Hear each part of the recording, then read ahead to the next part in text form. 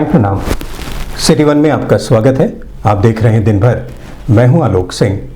आगे बढ़ने से पहले एक नजर सुर्खियों पर। वीडियो कॉन्फ्रेंसिंग कर मुख्य सचिव ने संबंधित अधिकारियों के साथ जनपद में चलाए जा रहे विकास कार्यों की समीक्षा, दिए आवश्यक दिशा निर्देश। एडीजी जोन ने मोहद्दीपुर चौराहे पर पहुंचकर यातायात व्यवस्था का लिया जायजा, ट्रैफिक के जवानों को दिए आवश्यक दिशा निर्देश। तीसरे चरण में 70 वर्ष से अधिक उम्र के लोगों का हुआ वैक्सीनेशन। महापौर ने वैक्सीनेशन करा कहा, ना पड़े भ्रम में, अपनी बारी का करें इंतजार। 11 माह बाद प्राइमरी से उच्च शिक्षण की कक्षाओं का संचालन हुआ प्रारंभ। अध्यापकों ने बच्चों को तिलक लगाकर व पुष्प वर्षा कर विद्यालयों में किया उनका प्रवेश। नगर महापौर ने जिला चिकित्सालय में संचारी रोग अभियान के तहत जागरूकता वैन को हरी झंडी दिखाकर किया रवाना। वर्चुअल के माध्यम से नगर विकास मंत्री ने प्रधानमंत्री स्वनिधि योजना के अंतर्गत स्ट्रीट वेंडरों को मिलने वाले लोन का किया शुभारंभ। जलकल एम्प्लॉयज यूनियन द्वारा सेवानिवृत्त हुए कर्मचारियों को नगर आयुक्त ने दी विदाई। वीडियो कॉन्फ्रेंसिंग कर एसीएस हेल्थ ने तीसरे चरण के वैक्सीनेशन का जाना हाल, दिए आवश्यक निर्देश। लाइन बॉक्स समाप्त किए जाने पर पूर्वोत्तर रेलवे मजदूर यूनियन के बैनर तले लोको पायलटों व गार्डों ने निकाला विरोध जुलूस, सौंपा ज्ञापन। और अंतर संकाय वॉलीबॉल प्रतियोगिता में पुरुष वर्ग में वाणिज्य शिक्षा संकाय व महिला वर्ग में भी वाणिज्य शिक्षा संकाय ने जीत दर्ज कर खिताब किया अपने नाम।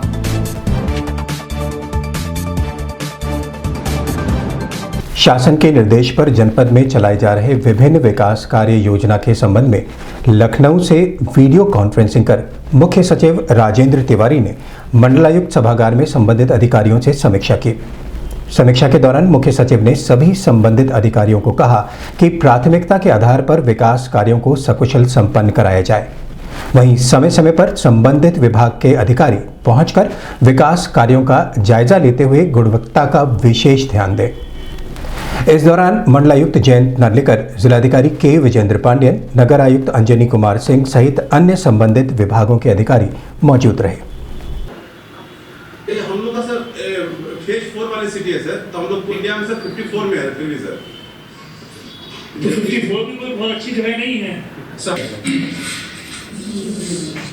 सर एक बहुत इम्पोर्टेंट काम है, सभी जिलाधीश और मंडलायुक्त इसको देख लें। जो हमारा स्वच्छ भारत सर्वेक्षण होता है वो कमिश्नर साहिबान का और मेन सेवन का बहुत इम्पोर्टेंट होना है। इसी से जो है वो कंट्री के सामने यूपी का एक इमेज आता है। तो स्मार्ट सिटी मिशन की रैंकिंग जो हो रही है मार्च में, और स्वच्छ भारत मिशन की भी रैंकिंग मार्च में। जहाँ जहाँ सेंसर्स लगे हुए हैं, पोल्यूशन कंट्रोल बोर्ड के उस एरिया में छिड़काव और उस एरिया में ट्रैफिक कंट्रोल वगैरह कर लेंगे तो आपकी जो रीडिंग्स वगैरह है वो रैंकिंग बेटर हो जाएंगी। जनपद में यातायात व्यवस्था को सुचारू रूप से चलाए रखने के साथ ही शहरवासियों को जाम की समस्या से निजात दिलाने के लिए एडीजी जोन अखिल कुमार द्वारा मोहद्दीपुर चौराहे पर पहुंचकर ट्रैफिक व्यवस्था कार्यों का जायजा लिया। वहीं मौके पर तैनात जवानों को एडीजी जोन ने ट्रैफिक व्यवस्था को सुचारू रूप से चलाए रखने के लिए आवश्यक दिशा निर्देश भी दिए। इस मौके पर जिलाधिकारी के विजेंद्र पांडेयन, डीआईजी योगेंद्र कुमार, क्षेत्राधिकारी ट्रैफिक नितेश सिंह सहित अन्य संबंधित अधिकारी मौजूद रहे।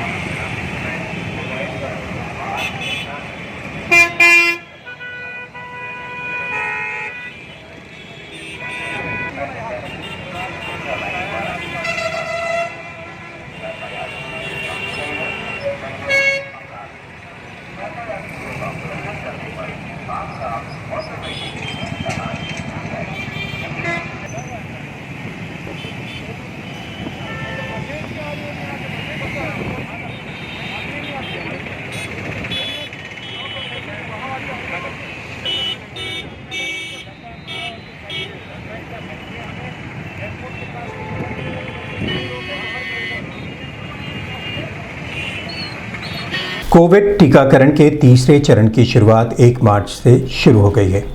सोमवार से 70 वर्ष से अधिक उम्र वालों को कोरोना वायरस रोधी टीका लगाया गया। इसके लिए जिला अस्पताल, बीआरडी मेडिकल कॉलेज और अन्य जगहों पर बूथ बनाए गए हैं। इसी क्रम में जिला अधिकारी के विजेंद्र पांडियन की देखरेख में जिला चिकित्सालय में 70 वर्ष के ऊपर के सभी व्यक्तियों को कोविड-19 का वैक्सीनेशन कराया गया, जिसमें बड़ी संख्या में लोगों ने प्रतिभाग किया। वहीं शहर के प्रथम नागरिक महापौर सीताराम जायसवाल सहित अन्य लोगों ने वैक्सीनेशन कराकर आमजन को यह संदेश देने का कार्य किया है कि किसी भी प्रकार के भ्रम में ना पड़े और अपनी बारी का इंतजार कर वैक्सीनेशन अवश्य कराएं।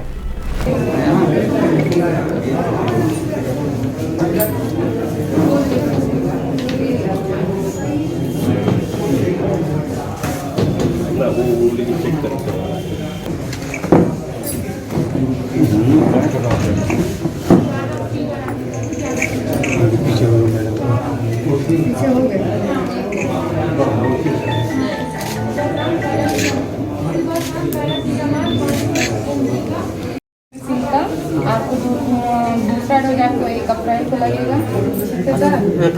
जी, आपको अभी आधी घंटा रुकना है और टीका लगने के बाद भी आपको मास्क लगाना, हाथ धोना, ये सब करना है आपको।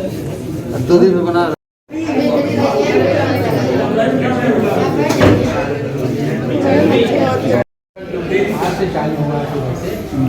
आज सरकार ने कहा था, हमारी सरकार ने कि कंटिन्यू जगह आप 100 लोगों का एज ए टोकन की तरह से आज का जो था ICU इसमें मुख्यमंत्री दिया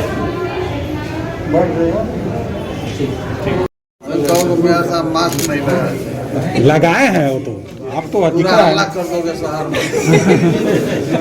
अरे आपके नाम को लिख लेने दीजिए, दोबारा आप दे दीजिए। हाँ, ये 3-4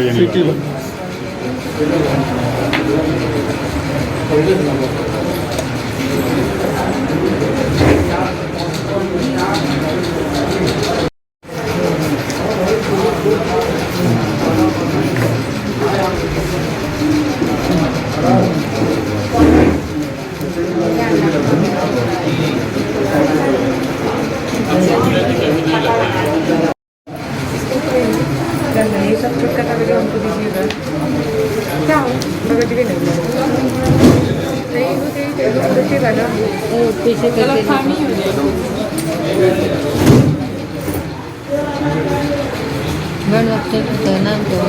कोविशील्ड लिख रही है यहाँ पे ना, किधर इधर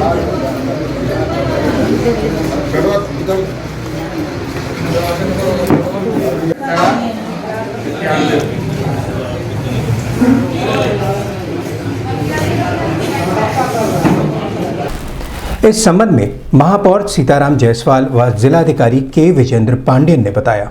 आज 60 साल के ऊपर के लोगों को लगाने की भारत सरकार की तरफ से गाइडलाइन आई है।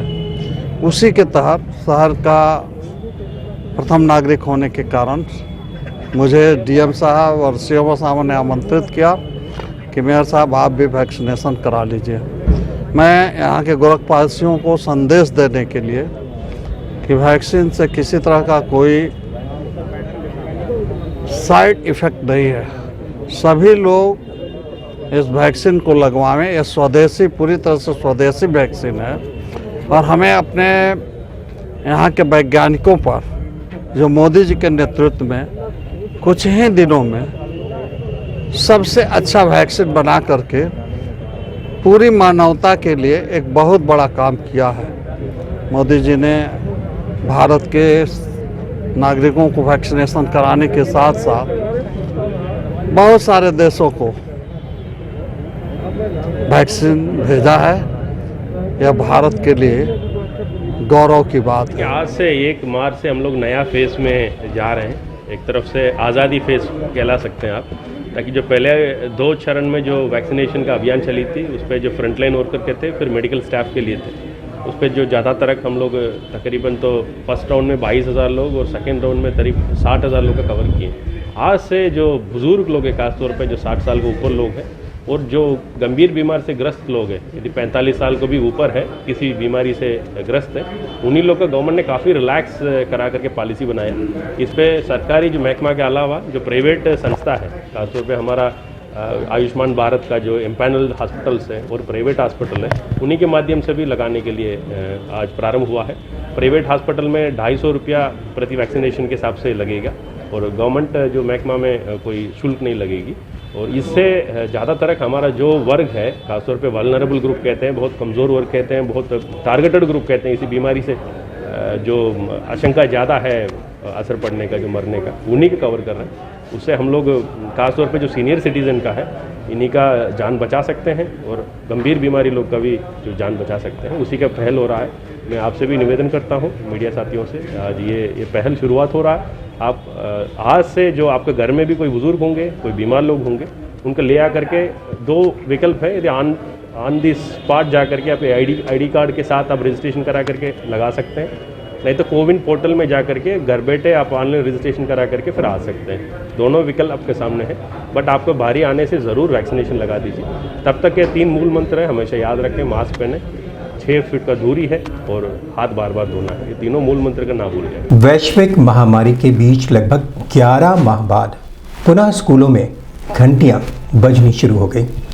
स्कूल में बच्चों की चहलकदमी से मानो पूरा विद्यालय परिसर ही गुलजार हो गया। शासन के निर्देश के बाद सोमवार से प्राइमरी, उच्च प्राथमिक एवं हायर सेकेंडरी के स्कूल पूरी तरह से कोविड-19 प्रोटोकॉल का पालन करते हुए खोल दिए गए हैं। ऐसे में विद्यालय में प्रवेश से पूर्व ही बच्चों को सैनिटाइजेशन और थर्मल स्कैनर के बीच से गुजारा जा रहा है। वहीं बच्चे मास्क लगाकर ही विद्यालय में प्रवेश कर रहे हैं। प्रोटोकॉल के तहत केवल 50% उपस्थिति व सोशल डिस्टेंसिंग का पालन करते हुए बच्चों को विद्यालयों में बुलाया गया है। बच्चों को तिलक लगाकर उन पर पुष्प वर्षा करते हुए उनका स्वागत किया गया।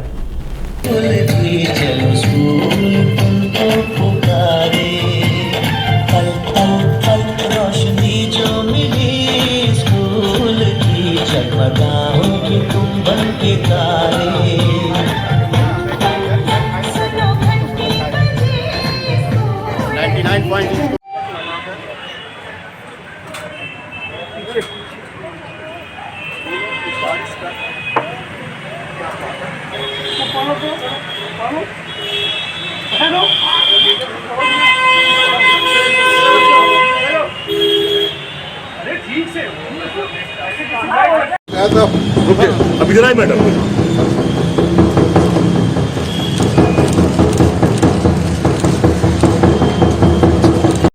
अच्छा लगा पढ़ के? अब कल से आओगे फिर क्या बोलोगे घर पे जाकर के और लोगों से? देश मेरा देश, तुम्हारा देश, तुम्हारा देश, सोनी माटी वाला देश, जो आँखों का तारा देश, मेरा और आर्या त्रिपाठी।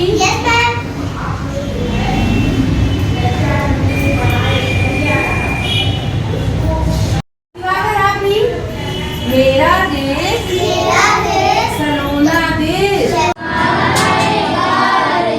आपको वहाँ पर जाकर के गोले में जाइएगा, ये नहीं कि जाके मत और हैंड वॉश करना है, ठीक है। और खाने के पहले भी आपको ये करना है, खाने के बाद भी वही करना है। सलोना देश, सचमुच चांदी, सोना देश। इस संबंध में मीडिया कर्मियों से बात करते हुए BSA Bhupendra Narayan Singh primary school की प्रधानाचार्य व छात्र छात्राओं ने बताया। ये एक तरह से बच्चों के लिए और हम लोगों के लिए, सबके लिए एक बहुत सुखद पल है कि एक विकट परिस्थिति में पूरा देश, पूरा विश्व गुजरा है। ये 11 माह बड़ा ही कठिन रहा, लेकिन तब भी हम लोगों ने उसका सामना किया, पूरी जनता ने सामना किया और हमारे बच्चे बिल्कुल सकुशल आज एक नई खुशी और नए उमंग के साथ विद्यालय में आ रहे हैं। हमारे टीचर्स, हमारे सारे शिक्षाधिकारी, अधिकारी, सरकार, सब लोग बिल्कुल नई खुशी के साथ विद्यालयों में बच्चों का स्वागत करने के लिए हम लोग तत्पर हैं। विद्यालयों को सजाया गया है, वो गुब्बारों से, फूल मालाओं से बच्चों को तिलक लगा करके, उनके ऊपर फूल छिड़क करके सारे विद्यालयों में हमने व्यवस्था कर रखी है, क्योंकि शासन की भी मंशा है, महाराज की भी सोच है कि हम बच्चों को एक गार्जियन के रूप में हम उनको देखें। वो बच्चे हमारे जो आ रहे हैं उनको हम एक खुशी दें, और पूरे विद्यालय को, पूरे क्लासरूम को भी PLM से सहायता किया है, और ये प्रक्रिया लगातार इस पूरे महीने तक चलती रहेगी। पूरा फॉलो करने की कोशिश की है, और इसके लिए मैं 25 तारीख में 25/2/2021 को अभ्या को SMC की बैठक बुला करके उन लोगों को बता दी थी कि 1 मार्च से मेरे बच्चे विद्यालय आ रहे हैं, और किस किस क्लास के बच्चे सोमवार को आएंगे, मंगलवार को आएंगे। ऐसे पूरे दिन का हमने लोगों को बता दिया कि आपका बच्चा जिस क्लास में है, जिस डेट में उनको आना है, उसी दिन को भेजिएगा। तो वो लोग भी पूरी जागरूकता के साथ मेरी बातों का पालन किए हैं। सारे बच्चों को हमने देखा है कि सभी बच्चों के चेहरे पे मास्क लगे हुए हैं, और बच्चे सोशल डिस्टेंसिंग में खड़े भी हुए हैं, हैंड वॉश बोले थे, और बच्चों का नापा गया फीवर भी। तो ऐसे बच्चे हमको नहीं मिले हैं। उन लोगों को बता दिए थे कि अभिभावकों के कि अगर बच्चों को कोई दिक्कत रहेगी तो उनको रोक लीजिएगा, इलाज के बाद स्वस्थ हो जाने के बाद विद्यालय भेजिए, क्योंकि खुदा न खास्ता कोई बच्चा ऐसा हो जाए तो मेरा पूरा विद्यालय प्रभावित हो जाएगा। सर मैं कक्षा 5 में पढ़ता हूँ। 11 महीने के बाद आप स्कूल आए हैं, दोस्तों से मिले, अपने टीचरों से मिले, कैसा लग रहा है? सर हमको बहुत अच्छा लग रहा है। कैसे स्वागत किया गया आप लोगों का स्कूल में? फूल से और तिलक से। क्लास 5 में है। कितने महीने के बाद आज स्कूल आई हैं, और स्कूल आने के बाद कैसा लग रहा है? सर मेरा क्लास 13 मार्च को बंद हो गया था और 1 मार्च को खुला है। आज हमको बहुत अच्छा लग रहा है स्कूल में आकर। बहुत अच्छा लग रहा है। Yes sir. 11 महीने के बाद स्कूल आप लोग पहुँची हैं, तो किस तरीके से आप दोस्तों से मिली होंगी, अपने टीचरों से मिली होंगी, कितनी खुशी है आपको? किस तरीके से आपका स्वागत किया गया यहाँ पे? सर हमको बहुत खुशी हुई अपने दोस्तों से मिलकर, और मेरा मैम फूल से स्वागत किए हैं और चंदन लगा के स्वागत किए हैं हम लोग का। एन्सेफेलाइटिस जैसी भयावह बीमारी से बचाव के लिए प्रदेश सरकार लगातार संचारी रोग अभियान चलाकर इसे नियंत्रित करने में लगा हुआ है। इसी क्रम में जिला चिकित्सालय में इस अभियान के तहत जागरूकता वाहन को हरी झंडी दिखाकर नगर महापौर सीताराम जायसवाल ने रवाना किया। अभियान के तहत यह जागरूकता वाहन दूर दराज के क्षेत्रों में जाकर आमजन को संचारी रोगों के प्रति जागरूक करेगा। इस दौरान सीएमओ डॉक्टर सुधाकर पांडे सहित बड़ी संख्या में चिकित्सक व अधिकारी मौजूद रहे।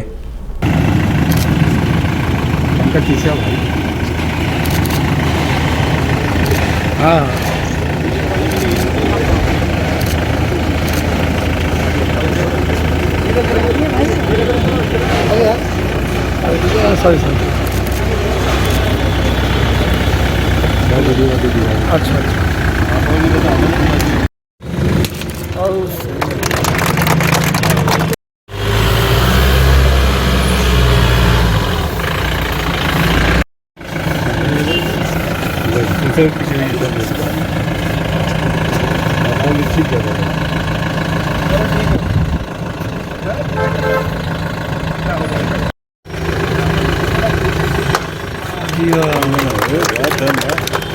सर थोड़ा आप लोग पीछे होइए, थोड़ा आप लोग पीछे होइए।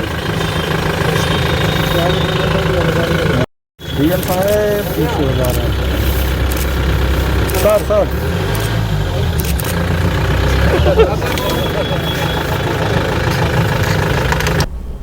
इस संबंध में मीडिया कर्मियों से बात करते हुए नगर महापौर सीताराम जायसवाल व जिलाधिकारी के विजेंद्र पांडेन ने बताया, हर घर में शौचालय बने, सफाई की व्यवस्था चुस्त दुरुस्त हुई। विशेषकर उत्तर प्रदेश के पूर्वांचल का एम्प्लाइटिस इस व्यवस्था से बहुत हद तक कम हुआ। घर घर में पानी की सप्लाई, घर घर शौचालय, ये सब व्यवस्था करके हमारी सरकार ने एम्प्लाइटिस को 75% ख़त्म कर दिया है।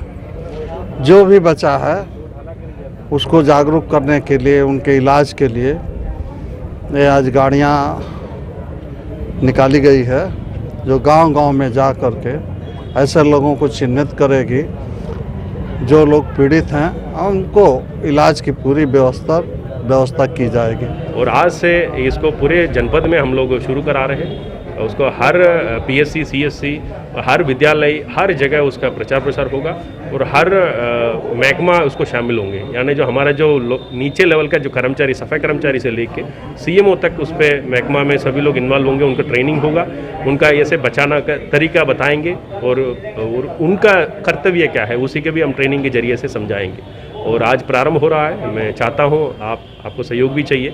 एक ही मूल मंत्र से हम लोग हमेशा कहते हैं, इस मौसम में खासतौर पे जो मार्च से लेके अक्टूबर तक का किसी भी बच्चे 18 साल के नीचे यदि बुखार हो गए, आप 24 घंटे के अंदर किसी न किसी सरकारी महकमा में लेके आइए, विलम्ब मत करिए, ताकि जापानीज एन्सेफेलाइटिस का हमारा पास टीका तो है, टीकाकरण लगाते हैं, but acute encephalitis syndrome AES कहते हैं, उसी का टीका पूरा दुनिया में नहीं है। एक ही बचाव है, 24 घंटे के अंदर यदि 18 साल के नीचे बच्चे हैं, बुखार होने वाले बच्चे का आप अस्पताल लेके आएंगे, हमारा जो उपचार शुरू हो जाएगा। खासतौर पे 2 दवाएं हम लोग देते हैं, डॉक्सीसाइक्लिन और अमोक्सिलिन, उसके बाद तुरंत वो बच्चे रिवाइव करके आ जाते हैं। बट कहीं ना कहीं जो अभिभावक का लापरवाही की वजह वो बच्चे 2 दिन 3 दिन रह जाते हैं, फिर बचाना मुश्किल हो जाता है।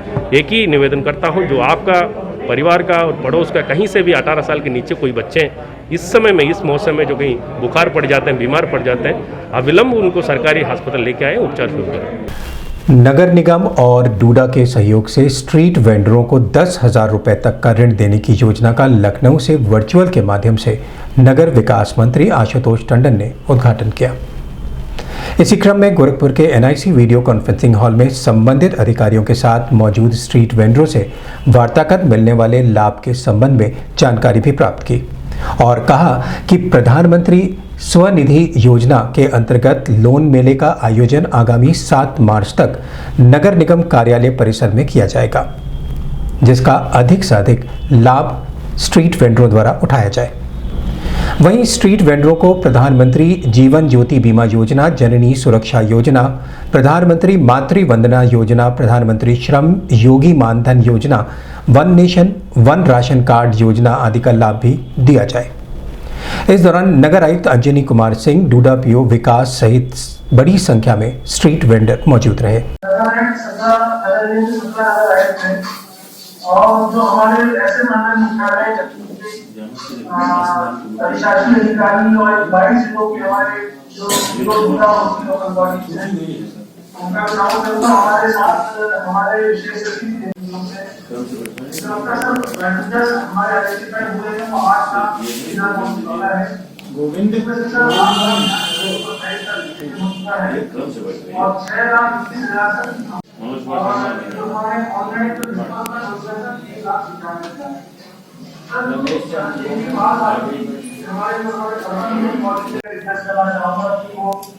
6,20,000 विशेष अभियान चल रहा है और हमारा आज 12 वर्ष के बारे में बताया जाए।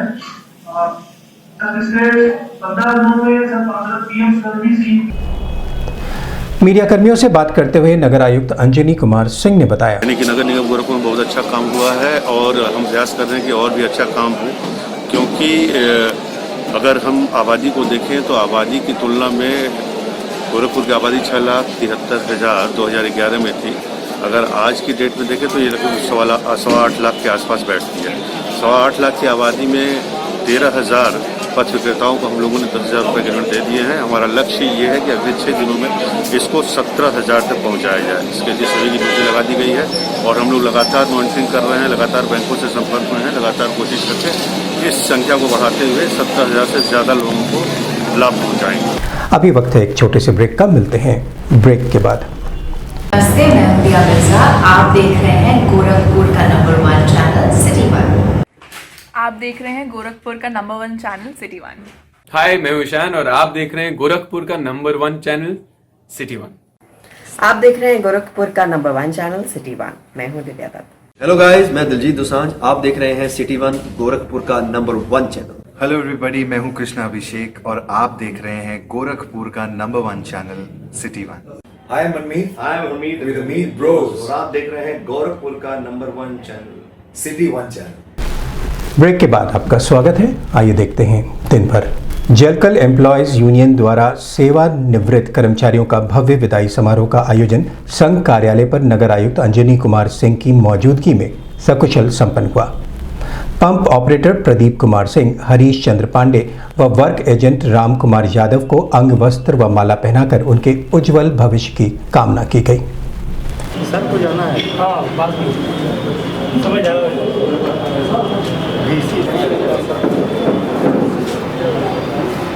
आज अपने परंपरा के अनुसार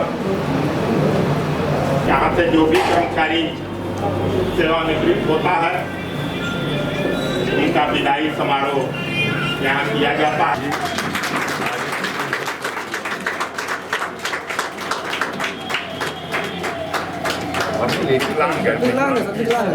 एक ही पैंट शर्ट पहने लड़का की तरफ से आपका क्या नाम है? प्रदीप कुमार सिंह जी, आपका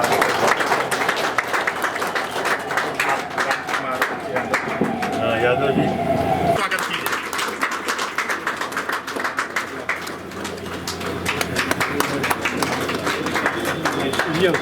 हम इसी क्रम में आप लोग जरा जोरदार तालियों से स्वागत कीजिए।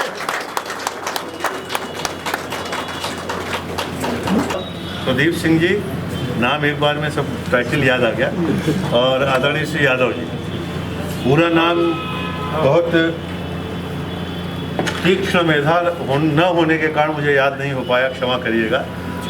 लेकिन सबसे पहले तो मैं एम्प्लॉइज़ यूनियन को धन्यवाद देना चाहूँगा कि एक स्वस्थ परंपरा को इन्होंने जीवित रखा।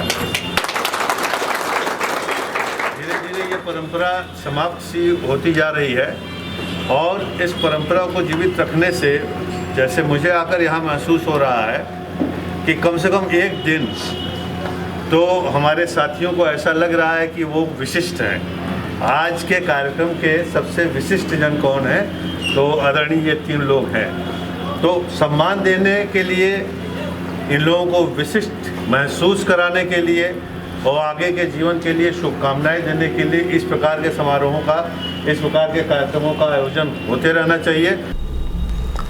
लखनऊ से वीडियो कॉन्फ्रेंसिंग कर एसीएस हेल्थ ने गोरखपुर के एनआईसी वीडियो कॉन्फ्रेंसिंग हॉल में संबंधित अधिकारियों के साथ किए गए तीसरे चरण के वैक्सीनेशन के संबंध में जानकारी प्राप्त की और संबंधित अधिकारियों से कहा कि 70 वर्ष से ऊपर के वृद्ध जनों को वैक्सीनेट किया जाए, जिससे कोविड महामारी पर पूरी तरीके से रोकथाम लगाई जा सके।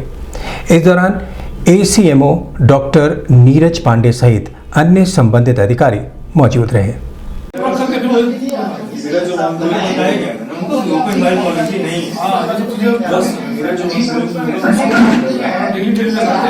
आपका पूरे सॉफ्टलाइन का हॉस्पिटल भी तो होता है। खराब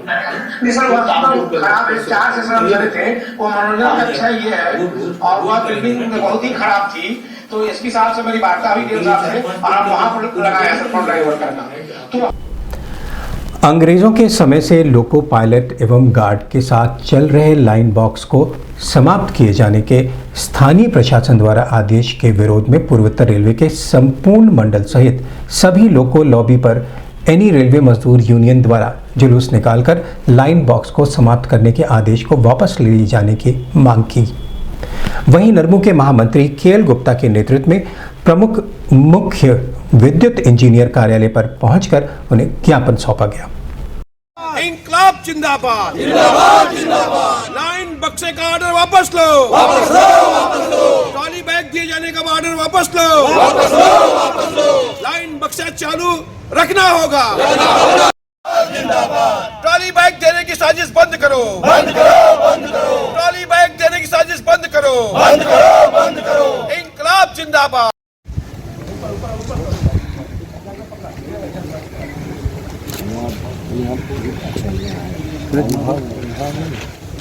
जिंदाबाद जिंदाबाद जिंदाबाद जिंदाबाद जिंदाबाद। जिंदाबाद। ठीक है, ठीक। गार्ड भी आ जाए। हाँ, गार्ड भी आ जाए। सही सर। सिटी वन संवाददाता से बात करते हुए नरमू महामंत्री के KL गुप्ता ने बताया, ज्ञापन चीफ इंजीनियर को इसलिए दिया जा रहा है कि अखबार में ये पहले छप गया कि जो गार्ड और ड्राइवर को बक्सा इनके बैक वान में चढ़ता था वो बंद करके उसको बदल दिया गया है कि इनको ट्रॉली बैग दिया जाएगा और ये ट्रॉली बैग लेके चलेंगे। 3 नंबर 4 नंबर 5 नंबर कूदे होंगे, मालगाड़ी के यार्ड में जाएंगे। ये इम्पॉसिबल फैक्टर्स है। इनके बक्से में पहले बहुत से सामान होते थे जो लीगल होता था, वर्केबल होता था, एक्सीडेंट काम होता था, लेकिन वो सब रखते थे ताकि काम आ गया। लेकिन अब ये कहा गया है कि इन्हें गिने टूल उस बक्सा में बैग में इन्हें गिने औजार है जो इनके एक्सीडेंट के लिए काम के वर्किंग में मुहैया नहीं हो सकता है। इसलिए कोई बोर्ड का हम लोगों की जानकारी में कोई बोर्ड की आर्डर नहीं है। ला यूनियन रिकॉग्नाइज उनको कंसल्ट किया गया, अपने आप अखबार में निकल गया और फिर हम लोगों ने इसका विरोध किया। सेंट एंड्रयूज डिग्री कॉलेज में चल रहे अंतर संकाय वॉलीबॉल प्रतियोगिता पुरुष एवं महिला वर्ग का फाइनल मुकाबला सोमवार को पुरुष वर्ग में वाणिज्य शिक्षा संकाय ने विधि संकाय व महिला वर्ग में वाणिज्य शिक्षा संकाय ने विज्ञान संकाय को हराकर मुकाबला अपने नाम कर लिया। पुरस्कार वितरण समारोह में मुख्य अतिथि ब्रिगेडियर वीरेंद्र कुमार सैनी ने खिलाड़ियों में पुरस्कार वितरण कर उनके उज्जवल भविष्य की कामना की। As well as all the colleagues, media.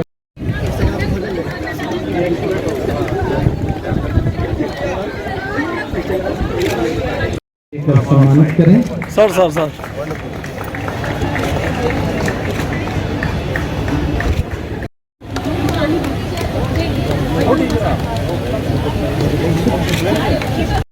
Smile please. उठा लीजिए, उठा लो बाबू, सब लोग उठा लो। हाँ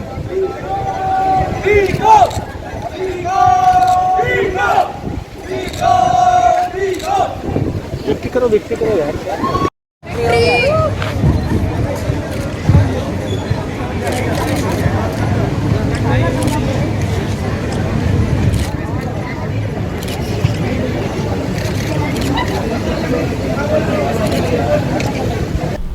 मीडिया कर्मियों से बात करते हुए मुख्य अतिथि ब्रिगेडियर वीरेंद्र कुमार सैनी व सेंट एंड्रयूज डिग्री कॉलेज के प्राचार्य डॉक्टर जे.के. लाल ने बताया।